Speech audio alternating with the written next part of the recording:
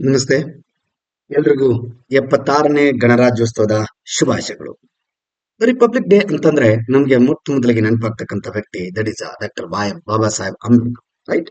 ಬಾಬಾ ಸಾಹೇಬ್ ಅಂಬೇಡ್ಕರ್ಗೆ ಸಂಬಂಧಪಟ್ಟಂಗೆ ಇವತ್ತಿನ ಒಂದ್ ಸ್ವಲ್ಪ ಅವರ ಜೀವನದ ಕೆಲವು ಸಾರಾಂಶಗಳನ್ನ, ಅವರ ಜೀವನದ ಕೆಲವು ಸಾಧನೆಗಳನ್ನ ಒಂದ್ ಸ್ವಲ್ಪ ನೋಡ್ತಾ ಹೋಗೋಣ.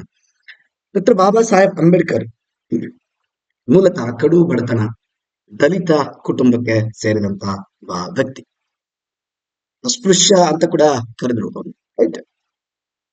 ಎಂದಿನಂತೆ ಬಾಬಾ ಸಾಹೇಬ್ ಅಂಬೇಡ್ಕರ್ ಸಿದ್ಧಾಂತ ಹೇಗಿತ್ತು ಅಂತಂದ್ರೆ, ಮನಸ್ಸಿನ ಸಂಸ್ಕಾರವು ಮಾನವ ಅಸ್ತಿತ್ವದ ಅಂತಿಮ ಗುರಿಯಾಗಬೇಕು. ಯಶಸ್ವಿ ಕ್ರಾಂತಿಗೆ ಅಸಮಾಧಾನವಿದ್ದರೆ ಸಾಕಾಗುವುದಿಲ್ಲ. ರಾಜಕೀಯ ಮತ್ತು ಸಾಮಾಜಿಕ ಹಕ್ಕುಗಳ ನ್ಯಾಯ, ಅವಶ್ಯಕತೆ ಮತ್ತು ಪ್ರಾಮುಖ್ಯತೆಯ ಆಳವಾದ ಮತ್ತು ಸಂಪೂರ್ಣ ಒಂದು ಕನ್ವಿಕ್ಷನ್ ನ ಅಗತ್ಯವಿರುತ್ತದೆ. ಜನರು ಮತ್ತು ಅವರ ಧರ್ಮವನ್ನು ಸಾಮಾಜಿಕ ನೀತಿಗಳ ಆಧಾರದ ಮೇಲೆ ಸಾಮಾಜಿಕ ಮಾನದಂಡಗಳಿಂದ ನಿರ್ಣಯಿಸಬೇಕಾಗ್ತದೆ. ಧರ್ಮವು ಜನರ ಯೋಗಕ್ಷೇಮಕ್ಕೆ ಒಳ್ಳೆಯದು ಎಂದು ಭಾವಿಸಿದರೆ ಬೇರೆ ಯಾವುದೇ ಮಾನದಂಡಕ್ಕೆ ಅಗತ್ಯವಿರುವುದಿಲ್ಲ. ನೋಡಿ, ಬಾಬಾ ಸಾಹೇಬ್ ಅಂಬೇಡ್ಕರ್ ಧರ್ಮದ ಕುರಿತಾಗಿ ಹೇಳ್ತಕ್ಕಂಥ ಒಂದು ಸ್ಪಷ್ಟನೆ ಇದೆಯಲ್ಲ, ಇದು ಸಾಮಾನ್ಯವಾದಂತಹ ವಿಚಾರ ಅಲ್ಲ, ಎಲ್ರಿಗೂ ಕೂಡ ಅರ್ಥ ಆಗಲೇಬೇಕಾಗಿದೆ. ಡಾಕ್ಟರ್ ಬಾಬಾ ಸಾಹೇಬ್ ಅಂಬೇಡ್ಕರ್ ಪ್ರವರ್ತಕ, ಸಮಾಜ ಸುಧಾರಕ, ನ್ಯಾಯಶಾಸ್ತ್ರಜ್ಞ, ಅರ್ಥಶಾಸ್ತ್ರಜ್ಞ, ಲೇಖಕ, ಬಹುಭಾಷಾ ವಾಗ್ಮಿ, ತೌಲಾನಿಕ ಧರ್ಮಗಳ ಒಂದು ವಿದ್ವಾಂಸರಾಗಿದ್ದರು, ಜೊತೆಗೆ ಚಿಂತಕರಾಗಿದ್ದರು. ಡಾಕ್ಟರ್ ಭೀಮರಾವ್ ರಾಮ್ಜಿ ಅಂಬೇಡ್ಕರ್ ಭಾರತೀಯ ಸಂವಿಧಾನ ಪ್ರಧಾನ ವಾಸ್ತುಶಿಲ್ಪಿ ಎಂದು ಕರೆಯಲಾಗಿದೆ. ಸ್ವತಂತ್ರ ಭಾರತದ ಮೊದಲು ಕಾನೂನು ಮಂತ್ರಿ ಕೂಡ ಆಗಿದ್ರು. ಗಡಿಗಳನ್ನು ಮರುರೂಪಿಸಿದ ಬಹುಮುಖ ವ್ಯಕ್ತಿ ಕೂಡ ಇವರೇ ಆಗಿರ್ತಾರೆ. ಇನ್ನು ಸಂಪೂರ್ಣ ದೃಢತೆ, ಪರಿಶ್ರಮ ಮತ್ತು ಎಲ್ಲಾ ವಿಲಕ್ಷಣಗಳ ವಿರುದ್ಧ ಶ್ರೇಷ್ಠತೆಯ ಇಚ್ಛೆಯಿಂದ ಮಾನವ ಸಾಧನೆಯನ್ನ ಮಾಡಿದಂತ ವಿಶ್ವ ಮಾನವ ಎಂದೇ ಖ್ಯಾತಿಯಾಗಿರ್ತಕ್ಕಂಥ ಡಾಕ್ಟರ್ ಬಾಬಾ ಸಾಹೇಬ್ ಅಂಬೇಡ್ಕರ್ ಇವರ ಒಂದು ಜೀವನ ಬಹಳ ಒಂದು ಕಷ್ಟಕರದ ರೀತಿಯಲ್ಲಿ ಬಂದು ಇವತ್ತಿಗೆ ಇವರನ್ನ ದೇವರೆಂದು ಪೂಜಿಸುವ ಮುಕ್ತಿಗೆ ಬಂದಿದ್ದಾರೆ. ಬಾಬಾ ಸಾಹೇಬ್ ಅಂಬೇಡ್ಕರ್ ಸ್ನೇಹಿತರು, ಅಭಿಮಾನಿಗಳು ಮತ್ತು ಅನುಯಾಯಿಗಳಿಂದ ಪ್ರೀತಿಯಿಂದ ಅವರನ್ನ ಕರೆಯಲ್ಪಟ್ಟಂತ 20ನೇ ಶತಮಾನದ ಆರಂಭದಲ್ಲಿ ಭಾರತದ ಅರ್ಧದಲ್ಲಿ ಪೂರ್ವಗ್ರಹ ಮತ್ತು ಜಾತಿ ತಾರತಮ್ಯದ ಗೋಡೆಗಳನ್ನು ಎದುರಿಸಿ ಜಾತಿ ವ್ಯವಸ್ಥೆ, ಸಾಮಾಜಿಕ ಆರ್ಥಿಕ ಭಾವದ ಅಸಮಾನತೆಗಳ ವಿರುದ್ಧ ಅದೃಶ್ಯಪ್ರಾಯವಾಗಿ ಹೊರಹೊಮ್ಮಿದಂತಹ ವ್ಯಕ್ತಿ.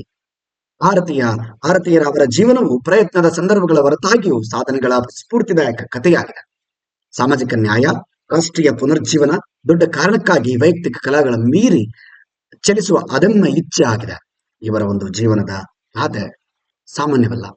ಜೊತೆಗೆ ಆ ಕಾಲದ ಮೇಲ್ವರ್ಗದಿಂದ ಅಸ್ಪೃಶ್ಯ ಎಂದು ತಿರಸ್ಕಾರಕ್ಕೊಳಗಾದ ಇಂದು ಮಹಾನ್ ಜಾತಿಗೆ ಜನಿಸಿದಂತಹ ಬಾಬಾ ಸಾಹೇಬರು ತಮ್ಮ ಹಿನ್ನೆಲೆಯ ಮಿತಿಗಳನ್ನು, ಪ್ರಥಮ ದರ್ಜೆಯ ಶಿಕ್ಷಣವನ್ನು ಪಡೆಯಲು ಮತ್ತು ಶೈಕ್ಷಣಿಕ ಉತ್ಕೃಷ್ಟತೆಗೆ ಆಗಲು ಬಿಡಲಿಲ್ಲ ಯಾವತ್ತು. ಅವರು ಲಿಂಕನ್ಸನ್ ಇನ್ ದ ಕಾನೂನು ಪದವಿ ಪಡಿತಾರೆ. US ನ ಕೊಲಂಬಿಯಾ ವಿಶ್ವವಿದ್ಯಾಲಯ ಮತ್ತು ಲಂಡನ್ನ ಸ್ಕೂಲ್ ಆಫ್ ಎಕನಾಮಿಕ್ಸ್ ಇಂದ ಡಾಕ್ಟರೇಟ್ ಪದವಿಯನ್ನು ಪಡಿತಾರೆ. ಕಾನೂನು, ಅರ್ಥಶಾಸ್ತ್ರ ಮತ್ತು ರಾಜಕೀಯ ವಿಜ್ಞಾನದಲ್ಲೂ ಸಹ ಶ್ರೇಷ್ಠತೆಯನ್ನು ಸಾಧಿಸಿದ್ದಾರೆ.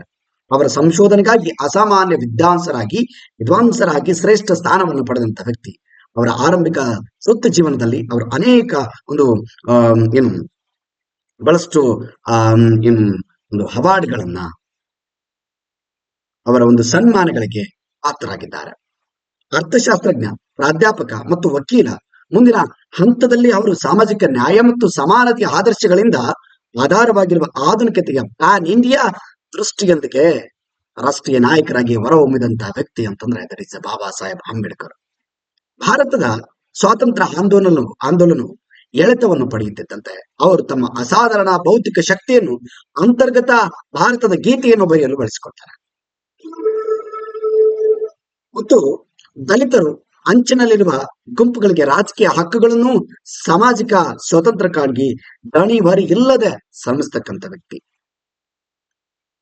ಮತ್ತೆ ಭಾರತದ ಮೊದಲ ಪ್ರಧಾನಮಂತ್ರಿಯಾದಂತಹ ಜವಾಹರ್ಲಾಲ್ ನೆಹರು ಅವರು ಭಾರತ ಸ್ವತಂತ್ರದ ಒಂದು ಸಮಯದಲ್ಲಿ ನಿರರ್ಗಳವಾಗಿ ಮಾತನಾಡುತ್ತಿದ್ದಂತೆ ಭಾರತದ ಒಂದು ಪ್ರಯತ್ನವು ವಿಧಿವಿಧಾನಗಳೊಂದಿಗೆ ಡಾಕ್ಟರ್ ಬಾಬಾ ಸಾಹೇಬ್ ಅಂಬೇಡ್ಕರ್ ಅವರಿಗೆ ಮಹತ್ವದ ಜವಾಬ್ದಾರಿಯನ್ನ ವಹಿಸಿಕೊಡ್ತಾರೆ. ಅದುವೇ ಭಾರತದ ಸಂವಿಧಾನದ ರಚನೆ. ಅವರು ಆಗಸ್ಟ್ 29, 1947 1947ರಂದು ಸಂವಿಧಾನ ರಚನಾ ಸಮಿತಿ ಅಧ್ಯಕ್ಷರಾಗಿ ನೇಮಕಗೊಂಡಂತ ವ್ಯಕ್ತಿ. ಇಂದಿಗೂ ಭಾರತವನ್ನು ಮಾರ್ಗದರ್ಶಿಸುವ ಮತ್ತು ಅಣಮೇಚ್ಛ ಮಾಡುವ ಬಹುತ್ವ ಅಂತರ್ಗತ ಸಂವಿಧಾನವನ್ನು ರೂಪಿಸಿದೆ. ಜಾತ್ಯತೀತತೆ, ಪ್ರಜಾಪ್ರಭುತ್ವದಲ್ಲಿ ಎಲ್ಲಾ ನಾಗರಿಕರಿಗೆ ಸಮಾನ ಅವಕಾಶ, ಅಭಿವ್ಯಕ್ತಿ ಮತ್ತು ನಂಬಿಕೆಯ ಸ್ವಾತಂತ್ರ್ಯವನ್ನು ಖಾತರಿಪಡಿಸ್ತಕ್ಕಂತ ಒಂದು ಸಂವಿಧಾನವನ್ನ ನಮಗೆ ಬರೆದು ಕೊಟ್ಟಂತವರೇ ಬಾಬಾ ಸಾಹೇಬ್ ಅಂಬೇಡ್ಕರ್. ಪ್ರಸಿದ್ಧ ವಿದ್ವಾಂಸರಾದ ಗ್ರಾನ್ವಿಲ್ಲೆ ಆಸ್ಟಿನ್ ಅವರು ಬಾಬಾ ಸಾಹೇಬ್ ಅಂಬೇಡ್ಕರ್ ಅವರ ಕ್ರಾಂತಿಕಾರಿ ಮನೋಭಾವವನ್ನು ಭಾರತೀಯ ಸಂವಿಧಾನದಲ್ಲಿ ಪ್ರತಿಬಿಂಬಿಸ್ತಾರೆ. ಭಾರತದ ಬಹುಪಾಲು ಸಾಂವಿಧಾನಿಕ ನಿಬಂಧನೆಗಳು ಸಾಮಾಜಿಕ ಕ್ರಾಂತಿಯ ಗುರಿಯನ್ನು ಹೆಚ್ಚಿಸಲು ನೇರವಾಗಿ ಬಂದಿವೆ. ಅದರ ಸಾಧನೆಗೆ ಅಗತ್ಯವಾದ ಪರಿಸ್ಥಿತಿಗಳನ್ನು ಸ್ಥಾಪಿಸುವ ಮೂಲಕ ಈ ಕ್ರಾಂತಿಯನ್ನು ಉತ್ತೇಜಿಸುವ ಪ್ರಯತ್ನಿಸುತ್ತವೆ ಎಂದು ಆಸ್ಟಿನ್ ಅವರು ಬರೀತಾರೆ. ಆಸ್ಟಿನ್ ಅವರು ನೋಡಿ ಬಾಬಾ ಸಾಹೇಬ್ ಅಂಬೇಡ್ಕರ್ ಅವರ ಬಗ್ಗೆ ಎಂತ ಒಂದು ಅತ್ಯುತ್ತಮವಾದ ಮಾತನ್ನ ಹೇಳ್ತಾರೆ. ಮತ್ತೊಮ್ಮೆ ಹೇಳ್ತಾ ನೋಡಿ, ಭಾರತದ ಬಹುಪಾಲು ಸಾಂವಿಧಾನಿಕ ನಿಬಂಧನೆಗಳು ಸಾಮಾಜಿಕ ಕ್ರಾಂತಿಯ ಗುರಿಯನ್ನು ಹೆಚ್ಚಿಸಲು ನೇರವಾಗಿ ಡಾಕ್ಟರ್ ಬಾಬಾ ಸಾಹೇಬರಿಂದಲೇ ಬಂದಿದ್ದಾವೆ ಅಥವಾ ಅವರ ಸಾಧನೆಗೆ ಅಗತ್ಯವಾದ ಪರಿಸ್ಥಿತಿಗಳನ್ನು ಸ್ಥಾಪಿಸುವ ಮೂಲಕ ಈ ಕ್ರಾಂತಿಯನ್ನು ಉತ್ತೇಜಿಸಲು ಪ್ರಯತ್ನಿಸುತ್ತವೆ. ಈ ರೀತಿಯಲ್ಲಿ ಬಾಬಾ ಸಾಹೇಬ್ ಅಂಬೇಡ್ಕರ್ ಅವರ ಬಗ್ಗೆ ಗ್ರಾನ್ವಿಲ್ಲೆ ಆಸ್ಟಿನ್ ಅವರು ಬಹಳ ಅದ್ಭುತವಾದ ಮಾತನ್ನ ಹೇಳ್ತಾ ಹೋಗ್ತಾರೆ. ಸ್ನೇಹಿತರೆ, ಎಲ್ಲಾ ರೀತಿಯ ತಾರತಮ್ಯವನ್ನು ಕಾನೂನು ಬಾಹಿರವಾಗಿ ಮಹಿಳೆಯರು, ಅಲ್ಪಸಂಖ್ಯಾತರು, ಸಾಮಾಜಿಕವಾಗಿ ಹಿಂದುಳಿದವರ ಹಕ್ಕುಗಳ ಉತ್ಕಟ ಪ್ರತಿಪಾದಕ ಎಂದು ಅವರನ್ನ ವಾದಿಸಿದ್ದಾರೆ. ಪರಿಶಿಷ್ಟ ಜಾತಿಗಳು, ಪರಿಶಿಷ್ಟ ಪಂಗಡಗಳು, ಹಿಂದುಳಿದ ವರ್ಗದ ಸದಸ್ಯರಿಗೆ ನಾಗರಿಕ ಸೇವೆ, ಶಾಲೆಗಳು, ಕಾಲೇಜುಗಳಲ್ಲಿ ಉದ್ಯೋಗಗಳ ಮೀಸಲಾತಿ ವ್ಯವಸ್ಥೆಯನ್ನು ಕೂಡ ಪರಿಚಯಿಸಿದಂತ ವ್ಯಕ್ತಿ, ಸಂವಿಧಾನದಲ್ಲಿ ದಾಖಲೆ ಮಾಡಿದಂತ ವ್ಯಕ್ತಿ, ಸಂವಿಧಾನ ರಚನೆಯ ಸಂವಿಧಾನ ಸಭೆಯ ಬೆಂಬಲವನ್ನು ನಿರರ್ಗಳವಾಗಿ ಮತ್ತು ಭಾರತ ಸರ್ಕಾರವನ್ನ ಅಥವಾ ಭಾರತ ಸಂವಿಧಾನವನ್ನ, ಭಾರತ ದೇಶವನ್ನ ಗೆದ್ದಂತ ವ್ಯಕ್ತಿ. ಪ್ರಬುದ್ಧ ಅರ್ಥಶಾಸ್ತ್ರಜ್ಞ ಮತ್ತು ಸಂಸ್ಥೆಯ ನಿರ್ಮಾಪಕ ಡಾಕ್ಟರ್ ಬಾಬಾ ಸಾಹೇಬ್ ಅಂಬೇಡ್ಕರ್ ಅವರು ಅರ್ಥಶಾಸ್ತ್ರದ ಕುರಿತು ಅನೇಕ ವಿದ್ವತ್ಪೂರ್ಣ ಗ್ರಂಥಗಳನ್ನು ಬರೆದಿದ್ದಾರೆ. Problem of rupee, right, it's one of the most important economic book in the entire world, right. ಅಂತ ಒಂದು ಪುಸ್ತಕವನ್ನ ಭಾರತ ದೇಶಕ್ಕೆ ಕೊಟ್ಟರು ಬಾಬಾ ಸಾಹೇಬ್ ಅಂಬೇಡ್ಕರ್. ಭಾರತದ ಹಣಕಾಸು ಆಯೋಗದ ಸ್ಥಾಪನೆಯ ಹಿಂದಿನ ಪ್ರೇರಕ ಶಕ್ತಿಯಾಗಿದ್ದಾರೆ ನಮ್ಮ Baba Saheb Ambedkar. Even also RBI, ಭಾರತೀಯ ರಿಸರ್ವ್ ಬ್ಯಾಂಕ್ ಇದಲ್ರಿ, ಆ ಸ್ಥಾಪನೆಗೆ ಅಡಿಪಾಯ ಹಾಕಿದಂತ ಮೊದಲ ಭಾರತೀಯ ವ್ಯಕ್ತಿ ಅಂದ್ರೆ that is Baba Saheb Ambedkar. Doctor Baba Saheb Ambedkar ಅವರ ಸಾಧನೆಗಳು ಬಹುಮಟ್ಟಿಗೆ ಮತ್ತು ವಿಶಾಲ ವ್ಯಾಪ್ತಿಯನ್ನು ಹೊಂದಿದ್ದಾಗ ಅವರ ಆಂತರಿಕ ಜೀವನವು ಶ್ರೀಮಂತವಾಗಿತ್ತು, ಆಧ್ಯಾತ್ಮಿಕ ಚೈತನ್ಯದಿಂದ ಗುರುತಿಸಲ್ಪಟ್ಟಿದೆ. 1956ರಲ್ಲಿ ಅವರು ಬೌದ್ಧ ಧರ್ಮಕ್ಕೆ ಮತಾಂತರ ಕೂಡ ಹಾಕ್ತಾರೆ. ನಾನು ಹಿಂದೂ ಧರ್ಮವಾಗಿ ಹುಟ್ಟಿದ್ದೇನೆ, ಹಿಂದೂ ಧರ್ಮವಾಗಿ ಸಾಯಲಾರೆ ಅನ್ನೋ ಮಾತನ್ನ, ಬಿಕಾಸ್ ಯಾಕಂತಂದ್ರೆ ಇದು ಹಿಂದೂ ಧರ್ಮದ ಮೇಲಿನ ಕೋಪ ಅಲ್ಲ, ಬದಲಿಗೆ ಇಲ್ಲಿನ ಜಾತಿ ವ್ಯವಸ್ಥೆಯ ಮೇಲಿನ ಕೋಪಕ್ಕೆ ಅವರು ಆ ಧರ್ಮಕ್ಕೆ ಮತಾಂತರ ಆದರು. ನಂತರ ಅವರು ಅದೇ ವರ್ಷ ನವದೆಹಲಿಯಲ್ಲಿ ಮರಣೋತ್ತರವಾಗಿ ಪ್ರಕಟವಾದ ಬುದ್ಧ ಮತ್ತು ಅವನ ತಮ್ಮ ಈ ಒಂದು ನಿಟ್ಟಿನಲ್ಲಿ ಕೆಲಸ ಮಾಡುವಾಗ ನಿಧನರಾಗ್ತಾರೆ. ಎಲ್ಲ ಸಾಮಾಜಿಕ ನ್ಯಾಯದ ಪ್ರೇಮಿಗಳಲ್ಲಿ ಅವರು ಅನುಭವಿಸಿದ ಜನಪ್ರಿಯತೆ ಮತ್ತು ಗೌರವವನ್ನು ಡಿಸೆಂಬರ್ 7ರಂದು ದಾದರ್ ಚೌಪಾಟಿ ಬೀಚ್ ನಲ್ಲಿ ಅವರ ಅಂತ್ಯಕ್ರಿಯೆಯನ್ನು ನೋಡಲಾಗುತ್ತೆ. 1956ರಿಂದ ಇವರ ಮರಣ ಆಗುತ್ತೆ. ಕನಿಷ್ಠ 500,000 ಶೋಕದಿಂದ ನೇರಿತ್ತು. ಅಂದ್ರೆ 500,000 ಅಂದ್ರೆ ಸುಮಾರು 5 ಲಕ್ಷ ಜನ. ಅವತ್ತಿನ ಕಾಲಕ್ಕೆ 5 ಲಕ್ಷ ಅಂದ್ರೆ ಬಹುಶಃ 5 ಕೋಟಿ ಇರಬಹುದ್ರಿ. ಸೊ ಅಷ್ಟರ ಮಟ್ಟಿಗೆ ಜನ ಅಲ್ಲಿ ನೆರೆದಿದ್ರು. ಅವರ ಒಂದು ಮಹಾಪರಿನಿರ್ವಾಣದಲ್ಲಿ ನೆರೆದಿದ್ರು. ಶೋಕದಿಂದ ಕೂಡಿತ್ತು ಎಲ್ಲಾ ವಾತಾವರಣ. ಬಾಬಾ ಸಾಹೇಬರ ಅಸಂಖ್ಯಾತ ಕೊಡುಗೆಗಳನ್ನು ಆಧುನಿಕ ಅಂತರ್ಗತ ಭಾರತದ ನಿರ್ಮಾಣಕ್ಕೆ 1990ರಲ್ಲಿ ಅವರಿಗೆ ಭಾರತ ರತ್ನ ನೀಡುವ ಮೂಲಕ ಗೌರವಿಸಲಾಯಿತು. ಮರಣೋತ್ತರವಾಗಿ ಭಾರತ ರತ್ನ ಪ್ರಶಸ್ತಿಯನ್ನು ಕೂಡ ನೀಡಲಾಯಿತು.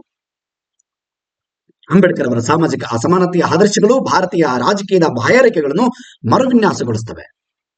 ಅವರ ಹೆಚ್ಚುತ್ತಿರುವ ಜನಪ್ರಿಯತೆ, ದೇಶಾದ್ಯಂತ ವಿದ್ಯುತ್ಪೂರ್ಣ ಜೀವನ ಚರಿತ್ರೆಗಳು, ಹಲವಾರು ಪ್ರತಿಮೆಗಳು, ಹಲವಾರು ಪ್ರಶಸ್ತಿಗಳು, ಹಲವಾರು ಸನ್ಮಾನಗಳು ಕೂಡ ಇವರಿಗೆ ದೊರೆತಿವೆ. ಇವತ್ತಿಗೂ ಕೂಡ ಹಲವಾರು ದೇಶಗಳಲ್ಲಿ ಸಾಕಷ್ಟು ದೇಶ ಅವರ ರಾಜಕೀಯದಲ್ಲಿ ಆಗಿರ್ಬೋದು, ಅವರ ಶೈಕ್ಷಣಿಕ ಜೀವನದಲ್ಲಿ ಆಗಿರ್ಬೋದು, ಬಾಬಾ ಸಾಹೇಬ್ ಅಂಬೇಡ್ಕರ್ ಅವರ ಆದರ್ಶಗಳನ್ನ ಪಾಲಿಸ್ತಾ ಇದ್ದಾರೆ. ಎಷ್ಟೋ ಇವರ ಹೆಸರಲ್ಲಿ ವಿಶ್ವವಿದ್ಯಾಲಯಗಳಿದಾವೆ ಬೇರೆ ದೇಶಗಳಲ್ಲಿ, ಇವರ ಹೆಸರಲ್ಲಿ ಗ್ರಂಥಾಲಯಗಳಿದಾವೆ ಬೇರೆ ದೇಶಗಳಲ್ಲಿ. ನಮ್ಮ ದೇಶಗಳಲ್ಲೂ ಕೂಡ ಸಾಕಷ್ಟು ಇದಾವೆ, ಮೂಲೆಯಲ್ಲಿ ಇದೆ ನಮ್ಮ ದೇಶದಲ್ಲಿ. ಆದ್ರೆ ಬೇರೆ ದೇಶಗಳಲ್ಲೂ ಕೂಡ ಇರೋದು, ಹೊರ ದೇಶಗಳಲ್ಲೂ ಇರೋದು ಒಂದು ಅಚ್ಚರಿಯ ವಿಚಾರ. ಇವರ ಸಾಧನೆಗೆ ಅದೊಂದು ಸ್ಫೂರ್ತಿ, ಅದೊಂದು ಪ್ರತಿಫಲ ಅಂತಾನೆ ಹೇಳ್ಬೋದ್ರಿ. ಇವನ್ ಆಲ್ಸೋ ಅವರನ್ನ ಕೆಲವು ಸಂಸ್ಥೆಗಳು ಭಾರತೀಯ ಶ್ರೇಷ್ಠ ವ್ಯಕ್ತಿ ಅಂತ ಕೂಡ ಆಯ್ಕೆ ಮಾಡ್ತಾರೆ. ಇನ್ನು ಅಂಬೇಡ್ಕರ್ ಅವರನ್ನು ರಾಷ್ಟ್ರೀಯವಾಗಿ ಗೌರವಿಸಲಾಗ್ತದೆ. ಇವತ್ತು ಕೂಡ ರಿಪಬ್ಲಿಕ್ ಡೇ ಇದೆ, ಅವರನ್ನ ನೆನೆಸುವಂತ ಪ್ರಯತ್ನ ನಮ್ಮದು. ಡಾಕ್ಟರ್ ಬಾಬಾ ಸಾಹೇಬ್ ಅಂಬೇಡ್ಕರ್ ಗಾಂಧಿ ನೆಹರು ಟ್ಯಾಗೋರ್ ಅವರೊಂದಿಗೆ ಆಧುನಿಕ ಭಾರತದ ತಯಾರಕರಲ್ಲಿ ಒಬ್ಬರಾಗಿ ರಾಷ್ಟ್ರೀಯ ಬಂಟ್ವಾಳದಲ್ಲಿ ವ್ಯಕ್ತಿಯಾಗಿದ್ದಾರೆ. ಅವರ ಜನ್ಮದಿನವಾದ ಏಪ್ರಿಲ್ 14 ಮತ್ತೆ ಅವರು ಭಾರತ ಸಂವಿಧಾನಕ್ಕೆ ಕೊಟ್ಟಂತ ಒಂದು ಕೊಡುಗೆ ರಿಪಬ್ಲಿಕ್ ಡೇ ಇಂದ 26 ಜನವರಿ 2025 ಇವತ್ತಿನ ದಿನ ನಾವು ಆಚರಣೆ ಮಾಡ್ತಾ ಇದ್ದೀವಿ.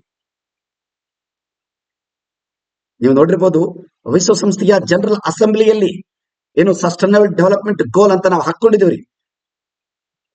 2030ಕ್ಕೆ ಈ ಒಂದು ಸಸ್ಟೈನಬಲ್ ಡೆವಲಪ್ಮೆಂಟ್ ಗೋಲ್ಗಳನ್ನ ರೀಚ್ ಮಾಡಬೇಕು ಅನ್ನೋ ಒಂದು ಪ್ರಯತ್ನವನ್ನ, ಗುರಿಯನ್ನ ವಿಶ್ವಸಂಸ್ಥೆಯ ಅದು ತನ್ನ ಗುರಿಯನ್ನ ಇಟ್ಕೊಂಡಿದೆ. ಆ ಒಂದು ವಿಚಾರದ ಅಷ್ಟು ಗುರಿಗಳಲ್ಲಿ ಬಾಬಾ ಸಾಹೇಬ್ ಅಂಬೇಡ್ಕರ್ ಅವರ ದೃಷ್ಟಿಕೋನ, ಉಜ್ವಲ ದೃಷ್ಟಿಯ ಕುರುಗಳನ್ನು ಕೂಡ ನೀವು ಸಹ ನೋಡಬಹುದು. ಅವರ ಒಂದು ಆಶಯಗಳು ಸಸ್ಟೈನಬಲ್ ಡೆವಲಪ್ಮೆಂಟ್ ಗೋಲ್ ಅಲ್ಲಿ ಕೂಡ ಇದಾವೆ. ದಿಸ್ ಇಸ್ ಆಲ್ ಅಬೌಟ್ ಬಾಬಾ ಸಾಹೇಬ್ ಅಂಬೇಡ್ಕರ್. ಇದು ಒಂದು ಸಣ್ಣ ಬಾಬಾ ಸಾಹೇಬ್ ಅಂಬೇಡ್ಕರ್ ಅವರ ಜೀವನವನ್ನ ಏನು ಒಂದು ರೀತಿ ನೆನಪಿಸುವಂತ ದಿನ ಆದ ಕಾರಣ ಇವರ ಬಗ್ಗೆ ಇದಿಷ್ಟು ಮಾತಾಡಕ್ಕೆ ನನಗೆ ನಿಮ್ಮೆಲ್ಲರ ಸಪೋರ್ಟ್ ಅವಶ್ಯಕತೆ ಇದೆ. ಇನ್ನು ಮುಂದೆ ಇದೇ ರೀತಿಯಲ್ಲಿ ಹೆಚ್ಚಿನ ಗುಣಮಟ್ಟದ ಒಂದು ಏನು ವಿಡಿಯೋಸ್ಗಳನ್ನ ಇಲ್ಲಿ ತರಲಿದ್ದೇನೆ. ಜೊತೆಗೆ ನಿಮ್ಮ ಸಹಕಾರ, ಸಪೋರ್ಟ್ ಬಹಳ ಮುಖ್ಯವಾಗುತ್ತೆ. ಎಲ್ರಿಗೂ ಕೊನೆಯದಾಗಿ ಮತ್ತೊಮ್ಮೆ 76ನೇ ಗಣರಾಜ್ಯೋತ್ಸವದ ಶುಭಾಶಯಗಳು. ಥ್ಯಾಂಕ್ ಯು ಸ್ನೇಹಿತರೆ.